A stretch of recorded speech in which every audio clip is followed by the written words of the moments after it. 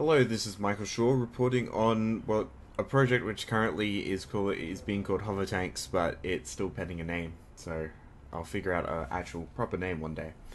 I have Yesterday I worked out a better hover system than the object just hovering. I now hover at specific points, and what how this works. I'm going to talk a bit faster because my graphics card is playing up and it's crashing things. So hopefully I can get this all done in one. Uh, Fun times with bad graphics card. So what this code does is for each game object PowerPoint in PowerPoints. The reason that the game objects is because I needed the transform, I needed the position on the actual object itself, where I couldn't figure out a way to just make it transform. For some reason, that's locked off to the user in Unity, so I just made it as a game object and it's also easier to parent to the actual tank object, so it rotates and moves with the tank object, which inherently makes everything a lot easier. So what this code does is it's raycasting down. So this is very similar to my previous hover code. It's just doing the raycast down, which the previous hover code wasn't actually seen. So we're raycasting down. We start the ray a little bit lower than the hovercraft. This is purely because I wanted to make sure that when I saw that I was 0.5 above the ground, it was 0.5, not actually 0.25, which is how it originally was. And we make the ray, do the ray cast. So if the ray cast hits something, then we go to the next if. The reason these are all separated is it's easier to debug if anything goes wrong. And I'm already making 6 new game objects, and so I didn't see the exact benefits of putting these all together anymore. So, and it's easier to read, and I can actually clearly comment it too. So if the A button is pressed, which is the button which cuts the engine, so you don't hover anymore, you just drop to the ground. Well, if it isn't pressed, you can continue, and as well is health being above 0, because currently my only notice to say, hey, you don't have any health, is you can't control the hovercraft because it drops to the ground and you can't boost it under friction. I also check the velocity to make sure the velocity isn't getting exceeded, which smooths out the hovering a lot. It was really bad before, I assure you. Um, and And if you are below the hold height, you need to boost the hovercraft. So then we can actually do this code. And we work at a power modifier, which is the hover height, take the segmented hit distance. And I call these segmented hits because they are just little segments on the hovercraft. There's 6 boosting points on my hovercrafts, where it's testing every single one of them. This is also meaning I can look at, after stabilizing this, because you'll see very soon that it isn't very stable of a system, that you will be able to go up ramps, meaning that you can have your third dimension on your levels really well. So this is another reason to do it like this, rather than just have it hovering, and if you approach the 45-degree slope, you just crash into it. I don't know if this would go up a 45-degree slope at the moment. I think you have enough power to, but you'll just ram into it at first. You need to approach it slowly. Extra strategy. It checks to see what the power mod is. You also then, going further, it's a logarithmic function to balance the power. A logarithmic function has a nice curve from 0 up to 1. So I chose it because of this curve, and it really starts to slow down before 1. I don't think it ever actually hits 1 either. I'm also translating it up too, so yeah. I also am drawing the rays right now. It just displays my point a little bit better. And I'm adding force at the position of the PowerPoint, which the PowerPoints are made in code. So they are separated correctly as per the hovercraft, and making 6 of them, I've just got my simple little functions to be like place one here, here, and here, and I cover all 6 of the hovercraft. If you don't go through all this, like if it fails on these ones here, well, if it fails on these ones here, nothing happens. But if it fails on the hold height, it will go and actually give it a little bit of boost. Otherwise, the hovercrafts just drop to the ground every time they go above hold height. So, yeah. So that's the new hover. Compared to the old hover, which is this one here, it's a lot more complex. Well, this one here. It's a lot more complex just because I'm testing more. But yeah, this is new hover. So when we go over to Unity and minimize the local recordings, when we go over to Unity here, we have the game window here. And I'm thinking after this I'm going to go install new graphics drivers because this is just silly. So, over here in Unity, now that it's functional, where's my hovercrafts? I think last time they floated too far away. So we're going to set this tank here. I can't remember if it's bottom or top screen. I think it will be bottom. No, it should be top. It's ID 0. I've got to also make that a bit more flexible and code-like instead of me just setting this number here. So this one here, using that is actually the numbers in here, which is bad. So I'm going to actually have this one working on the new hover system, and this one is going to work on the old hover. So I'm going to untick this box here, which means that it's no longer going to work. Good. So here we go.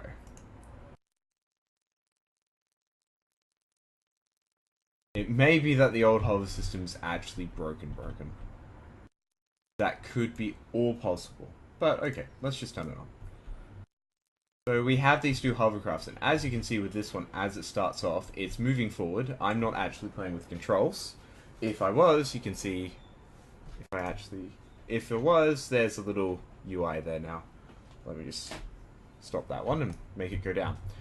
So this is my next task, is to actually stabilize these, because although they don't look like they're in issues now, when they start swaying from side to side, like this one's starting to, this is just really annoying. And he's actually picking up a lot of speed, this one. This one over here, a little bit more controlled and going steady. But this is my next big thing to fix, because right now it's quite silly. And if I try to start controlling them, so whoops, here we go, and I go like that, and like that, and like that, and it's starting to sway sideways. And also the force from the controller is also making it boost, so I can actually, if I get it right, I can actually start launching it off like that,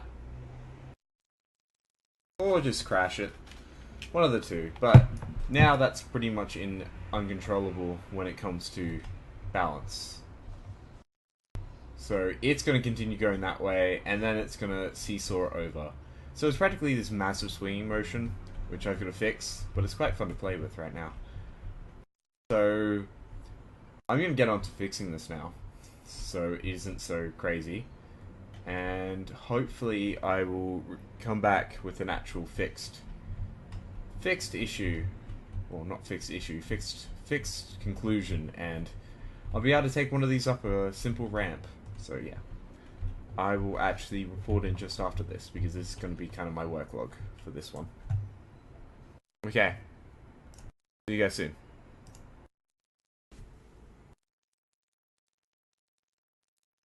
So I am back. As you can also see by the top, the actual date has changed as well. So I got to a point last night where I couldn't figure it out, and my lovely fiance said to me that I should probably just take a break. But it can now go up a ramp. It has a few issues. It doesn't have enough power in the hovering to actually lift itself up while going up the ramp. But if it didn't lift itself up, I can actually show you what happens. So if there is no hovering, you cannot move this thing forward. So, like, you can see there, I go up on both throttles, I cannot move this thing at all. So yeah. Also another thing, this one here currently does not have stabilization enabled. So if I fire at this a couple of times, it may start to... See how it's wobbling a little? I think it's wobbling a little. Maybe if I ram it. Okay, now it's just going to float off. Have fun watching that. Okay. Whereas mine, the one that I'm controlling, actually does. So, yeah, let me reline up with the ramp.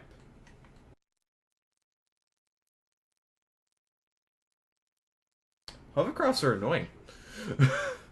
Oh, that's a good example.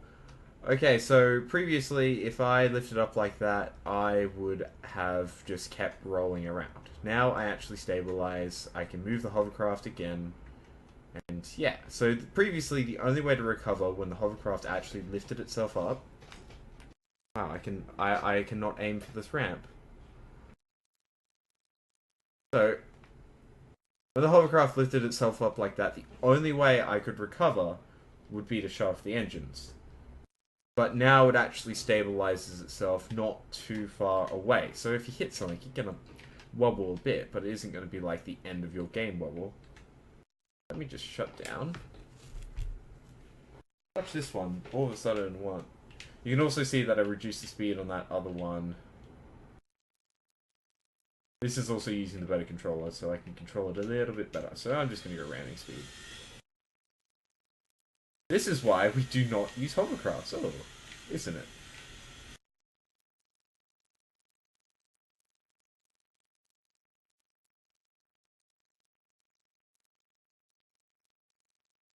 Also, another thing I've done, which would help with the stabilization. Yeah, it's wobbling a bit. Whereas the previous one isn't wobbling at all, this one's wobbling a bit, and we can probably see that when I fire. You can see the angle trajectory actually changing the tiniest bit, which is still an issue. Whereas this one, when I fire, it is the same trajectory at all times. I'm just going to restart it so I can actually go up this ramp and show you it in its full glory. So this is it going up the ramp, and that's it going off the side and rolling. Rolling also is an issue now because I did change how it works out its acceleration. So, well, how it works out the force up, which is actually now a global force because that limited the stabilization as well and made it so it would actually survive. Oh, you can roll it back, which is interesting. You've just got to get your swings right and it will roll back.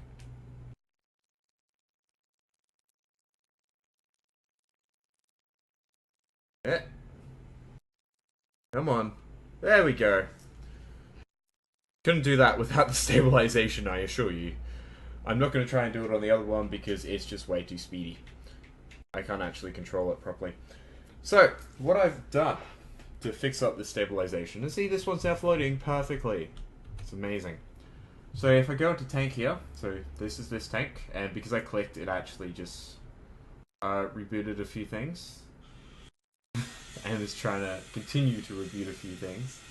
Every time I click, because clicking is part of the controller, the secondary controller button, so I've got to take that off one day too. So down here is active stabilization, and it's taking into account the X rotation to the ground, the X rotation in relation to the ground, as well as the Z rotation in relation to the ground. I've got a dead zone, so it won't stabilize at a point. That's particularly important, otherwise this is just going to go crazy and start adding where it really doesn't. See, look here. It's started to wobble. This one is not wobbling. This is why we have stabilization. It no longer moves forward when it's wobbling, but that's because I removed the transform.up. I changed it to vector3.up, so it's a world space thing. And as you can see here, it's currently stabilizing on the Z. And these will come on and off periodically to show me, hey, we are working on stabilization. Bouncing a lot more than it should be, but that would be another issue somewhere else, probably. Okay, so over in the code, which I don't have open because I'm smart and had to reboot Unity 5 times because there's currently a bug which is really annoying. Okay, so over here in the code, I'm going to actually pause this. Over here in the code, which is now a different color, because, you know, these are all my stabilization monitoring stuff. Over in here, so this is where I changed it, so it wouldn't be based on the transform.vector3 dot up, so transform.up, I believe it is. So it's now vector3 dot up, so it's up in world space. So that means the hovercraft is hovering in world space. This does prove an issue. When the hovercraft was upside down, it now also hovers, which I don't want to happen. I don't want the hovercraft to do anything. If you've knocked upside down, you're kind of sitting duck unless you can correct yourself, which there will be methods to do that at later dates. So yeah, so that's currently what is happening, and it's just practically the same thing, except for the fact that it's now just in world space. I've also added this. This was important as, and I think this may be something. Yeah, it shouldn't be messing up with the ramp, but anyway. This is important because it means that the hovercraft is not hovering when it shouldn't be. So if it's in mid-air, it does float a bit, but it doesn't hover. And then if you're like within the ground, within the area of the ground, I'm also gonna not make this a magic number. So just gonna add a comment here. Fix magic. So you can set that.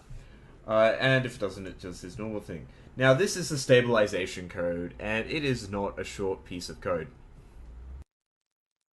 So, we set the stabilizations to false. We then go through, and we start working out the actual angle of the ground to the actual hovercraft, because I haven't figured out a way to do this. And it's important. I can't just look at the transform rotation, because if I did that, I'd be getting I would be getting the rotation, but I wouldn't be getting the actual what level the ground is on in comparison. And if these two don't line up, if the rotation doesn't line up to the ground rotation, it won't move with the ground. So it's important. So we then raycast down, because raycasting is the only way I know how to do this with hovercrafts.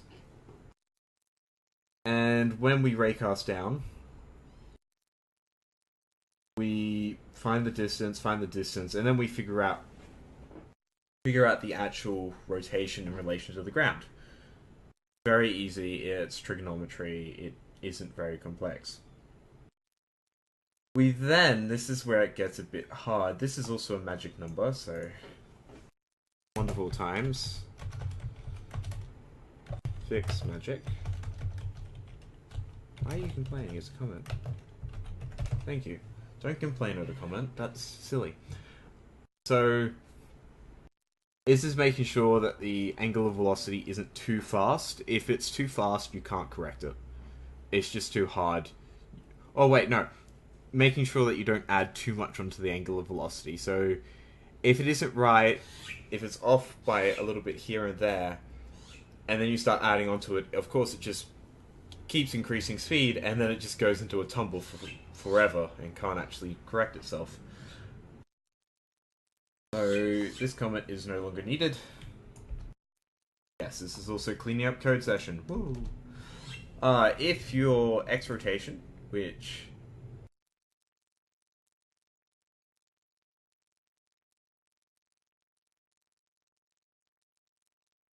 I never fixed that. So, in the end, this is still actually currently relating to the flat, which makes it very much why it's not really working well with the ramp. But it stabilizes, and that's the main thing. We can figure out how to make it in relation to the ground properly, and stuff. But if your X rotation is less than the stabilization dead zone, the negative side of it, true stabilize and add the torque. Pretty simple. And also, here's the other one. This is going to slow down the angular velocity. This is me just playing with it, and then eventually it just worked. So what this actually is doing is getting the angular velocity. It's checking the angular velocity, making sure if it's slow, we don't really have to worry about it. If it's fast, we need to worry about it. We'll get the angular velocity and times it by the negative. Really, the negative could be in here, but it doesn't really matter. We're timesing. Timesing by the negative of the mass times 2. 2 is important because the mass itself was not strong enough to stop it, and this seems to stop it nicely. This is also, it would kind of scale, but it needs a little bit more work to be scaled. It needs to be scaling proof. But yeah, that's how we practically stabilize it. We just make sure it works. And there's a lot to wrap my head around. I've still got to make sure it works on the angle, which is why it's having a little bit of trouble on the ramp. But yeah, it can go up a ramp now, which is amazing. And when it flies off the ramp, it can actually restabilize itself, which is really cool. It won't be at the case where if we fly up the ramp, oh, it may have some times when it's at this case, when we fly up the ramp here, that you just fly off the end. Probably won't be the case in the future, especially since you kind of crash into the ground when that happens.